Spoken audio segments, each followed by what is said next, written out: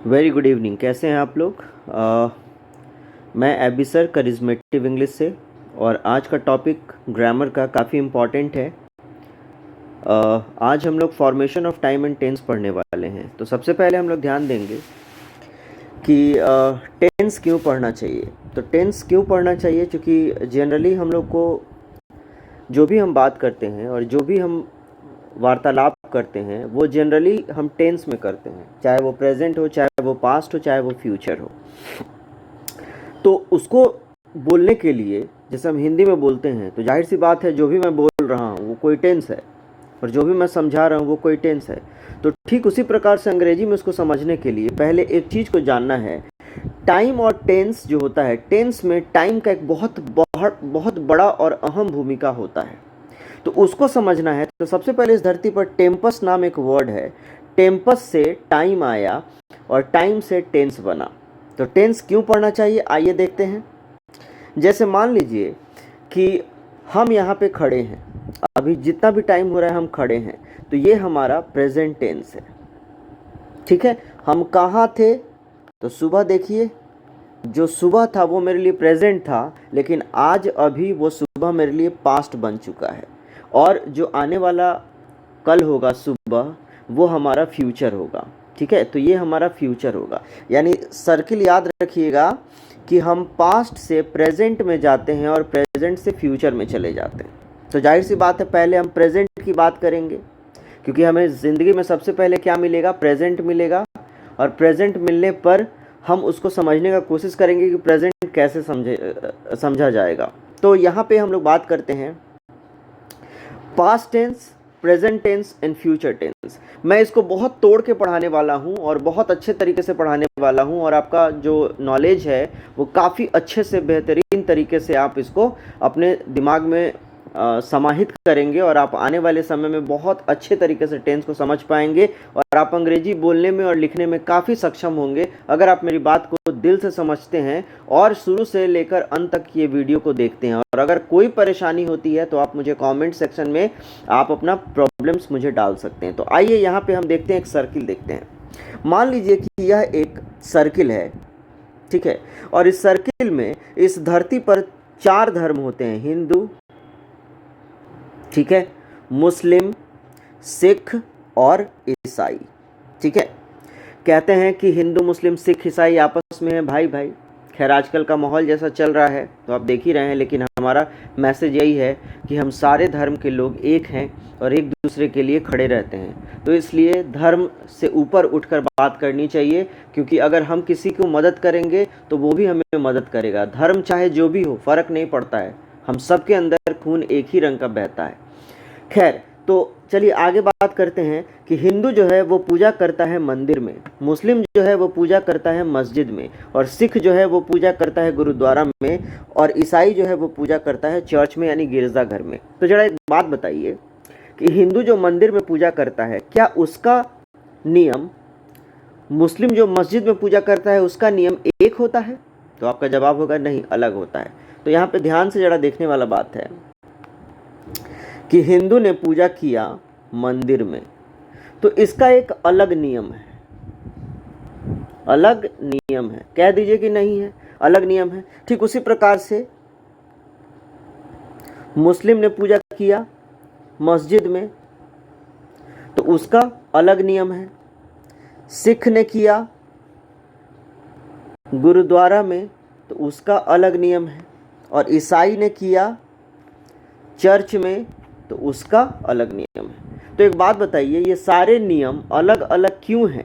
क्योंकि इनके हिसाब से बनाए गए हैं। अगर सारे नियम को एक कर दिया जाएगा तो बहुत दिक्कत होगी और कहीं से कुछ नहीं हो पाएगा, कोई आउटकम नहीं निकल पाएगा, क्योंकि कोई फर्क नहीं रह जाएगा।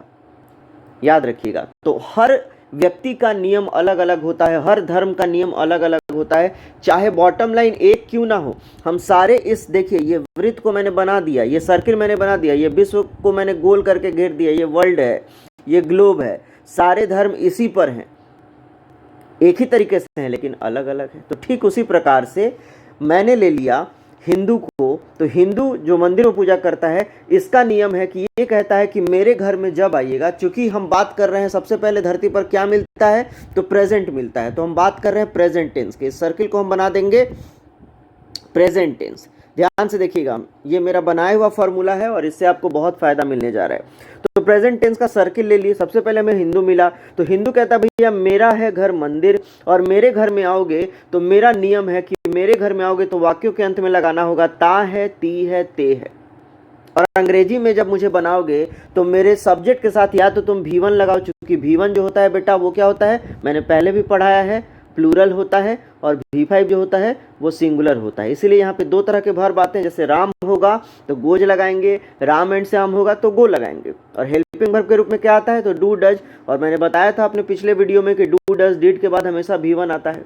तो इसका समीकरण याद रख लेना है कि भाई इसके घर में जब जाइएगा, यानी जिस वाक्य के अंत में ता लग गया, ये बेसिक फॉर्मूला है। एडवांस फंक्शन कुछ अलग होता है, एडवांस फंक्शन भी लेके चलूंगा तुम्हारा दिमाग हिल जाएगा कि अरे यार सिंपल प्रेजेंट इतना जबरदस्त चैप्टर है, हमने तो सिर्फ ता है, ते है, ती है। तो यह ता है, ते है, ती है, ये बिल्कुल 10% है, ये बिल्कुल 10% है जो आप लोग जानते हैं बचपन से।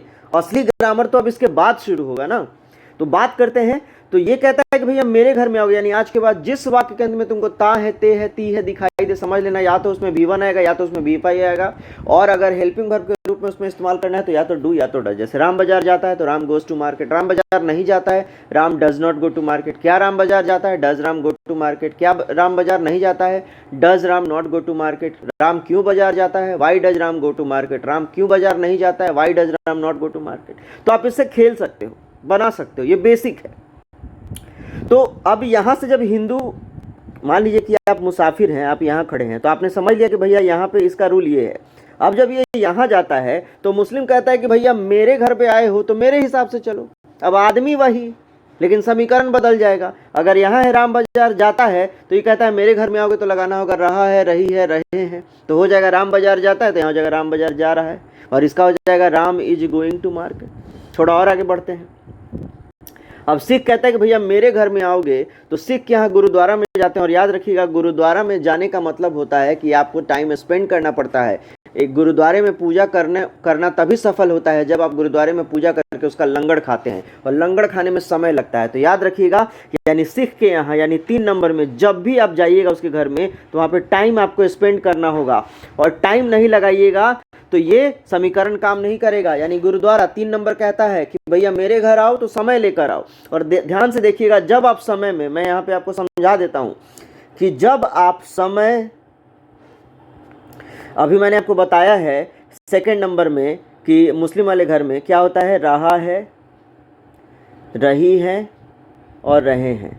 तो 3 नंबर में जाने पर वो कहता है कि मेरे घर आओ तो समय लेकर आओ। बस जैसे समय लगाओगे इसमें हो जाएगा से रहा है, से रही है और से रहे हैं। कैसे, जैसे राम बाजार जा रहा है, अब उसमें गुना कर दो समय से, 1 घंटा लगा दो, तो क्या हो जाएगा, राम 1 घंटा से बाजार जा रहा है। अब जरा ध्यान से देखिए ये दोनों में क्या अंतर है, तो ये 2 नंबर वाला है और ये 3 नंबर वाला है। यानी 3 नंबर यानी सिख क्या मांगता है, समय मांगता है, और समय आ गया यानी ये 3 नंबर में आ गया, यानी इसका फंक्शन कुछ अलग हो जाएगा। यानी समझने वाली बात है कि सिख कहता है कि भैया मेरे यहाँ गुरुद्वारा है और गुरुद्वारे में हमको टाइम देना है, तो यानी यहाँ पे फॉर्मूला हो जाएगा, इसका नियम हो जाएगा से रहा है, से रही है, से रहे हैं, और इसका अंग्रेजी हो जाएगा हैज़ बीन और हैव बीन। वो आगे आपको चैप्टर्स में डिस्कस किए जाएंगे, एक एक चीज़ तोड़ तोड़ के पढ़ाऊंगा। जो आपने सोचा नहीं होगा वो आपको आने लगेगा। बस आप भरोसा रखें और शुरू से अंत तक वीडियो देखें और मेरे को फॉलो करें। और अगर आपने अभी तक ऑनलाइन क्लास ज्वाइन नहीं किया है तो ज्वाइन करें, और अपने दोस्तों को बोले कि भैया जल्दी से जल्दी ज्वाइन करो। इस लॉकडाउन के पीरियड में अपनी ज़िंदगी बर्बाद मत करो, समय बर्बाद मत करो, पैसा खराब मत करो, अल्टीमेटली तुम लॉस में जा रहे हो। एक एक लेबरर जो होता है एक एक दिन मजदूरी करता है और एक एक ईंटा जोड़ता है तब घर बनता है। पिछले 2-3 महीने से आप घर बैठे हुए, आपने क्या जोड़ा, आपने लॉस किया है। तो अभी भी समय है कुछ कर गुजरने का, क्योंकि आने वाले समय में चुनौतियों का बहुत बड़ा बौछार आने वाला है। तो ऐसी स्थिति में आपको आगे बढ़ना होगा। और अंग्रेजी क्या है, क्या वीपन है, क्या हथियार है, ये आपसे छिपा हुआ नहीं है। अगर आप बिना अंग्रेजी के आगे बढ़ जाएंगे तो आपको कोई नौकरी नहीं मिलने वाला है। एक अच्छी किताब अंग्रेजी में हिंदी में नहीं आती है। तो आपको ये समझना होगा कि बिना इंग्लिश के हम कुछ नहीं कर सकते। दिन भर में हम बहुत सारे वर्ड्स को इंग्लिश में बोलते हैं, लेकिन हम उसको सजा नहीं पाते हैं, इसलिए अंग्रेजी बोल नहीं पाते हैं, लिख नहीं पाते हैं, और हम कहीं भी लज्जित हो जाते हैं। आज अच्छे पार्टी में जाते हैं तो इंग्लिश जो बोलता है उसके सामने हम लज्जित हो जाते हैं। हम स्टेज पर जाकर अपने बारे में कुछ बोल नहीं पाते हैं, क्लास में हम टीचर के सामने बोल नहीं पाते हैं। तो इतना हेजिटेशन लेके कहाँ तक जियोगे?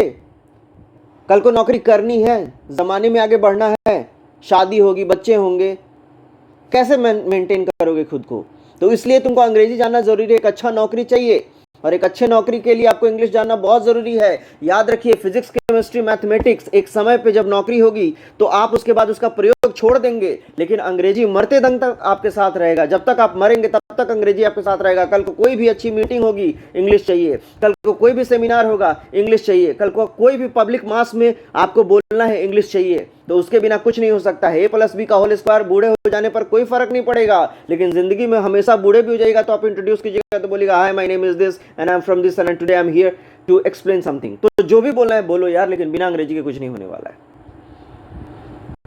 तो कहते हैं कि सिख कहता है कि भैया गुरुद्वारे में यहाँ पे जब आए हैं तो इसका फॉर्मूला ये हो गया। और याद रखिएगा, इसमें टाइम लगता है, टाइम के लिए हम सिंस फॉर पढ़ाते हैं, तो आगे बताएंगे, अभी बेसिक फॉर्मेशन करा रहे हैं। अगला है ईसाई। तो ईसाई कहता है कि मेरे यहाँ होगे तो भैया गिरजाघर में जाना होगा, और ये कहते हैं गिरजाघर में जाना है, यानी याद रखिए जब भी आप चर्च में जाते हैं तो उसका पूजा क्या होता है? कैंडल जलाइए, लाइट मतलब मोमबत्ती जलाइए और घर जाइए, यानी वहाँ पे काम क्या होता है? ख़त्म हो जाता है। चलिए ज़रा ध्यान से देखिएगा, बहुत यूनिक चीज़ पढ़ाने जा रहे हैं, ठीक है? बहुत यूनिक चीज़। देखिए, हिंदू कहता है कि मेरे यहाँ काम शुरू होगा, मुस्लिम कहता है मेरे यहाँ काम चालू होगा, सिख कहता है कि मेरे यहाँ काम समय के साथ चालू होगा, और ईसाई कहता है कि मेरे यहाँ काम खत्म होगा। जब चालू होगा तो याद रखिएगा, जब चालू होगा तो ता ते ती, जब शुरू होगा तो ता है ती है ते है, जब चालू होगा तो रहा है रही है रहे हैं, जब समय के साथ चालू होगा तो से रहा है से रही है से रहे हैं, और जब खत्म हो जाएगा तो चुका है चुकी है चुके हैं। आप पकड़ सकते हैं। अब आप दुनिया का कोई भी वाक्य बना सकते हैं। ये कहेगा कि मेरे यहाँ V1 या V5 चाहिए, ये कहेगा मेरे यहाँ इज एम आर के साथ V4 चाहिए, ये कहेगा मेरे पास हैज़ हैव बीन के साथ V4 चाहिए और टाइम लगा लेंगे, और ये कहेगा मुझे हैज़ हैव के साथ V3 चाहिए। अब आप बनाओ ना जो बनाना है। अब ये बेसिक फंक्शन है, अब एक एक को तोड़ के पढ़ाएंगे। तो सबसे पहले आप देखिए, जैसे मैं कहूँ कि राम सुबह से खाना खा रहा है, तो पहले आप ये देखिए कि 1 नंबर है कि 2 नंबर है कि 3 नंबर है कि 4 नंबर है। पकड़ना सीखो कि राम सुबह से खाना खा रहा है तो 3 नंबर है, राम खाना खा चुका है तो 4 नंबर है, राम खाना खाता है तो 1 नंबर है, राम खाना खा रहा है तो 2 नंबर। तो पहले पहचानो। अब इसी 1 नंबर को कहते हैं सिंपल प्रेजेंट, इसी 2 नंबर को कहते हैं प्रेजेंट कॉन्टिन्यूअस, इसी 3 नंबर को कहते हैं प्रेजेंट परफेक्ट कॉन्टिन्यूअस, और इसी 4 नंबर को कहते हैं प्रेजेंट परफेक्ट। यानी याद रखिएगा, ध्यान से देखिएगा,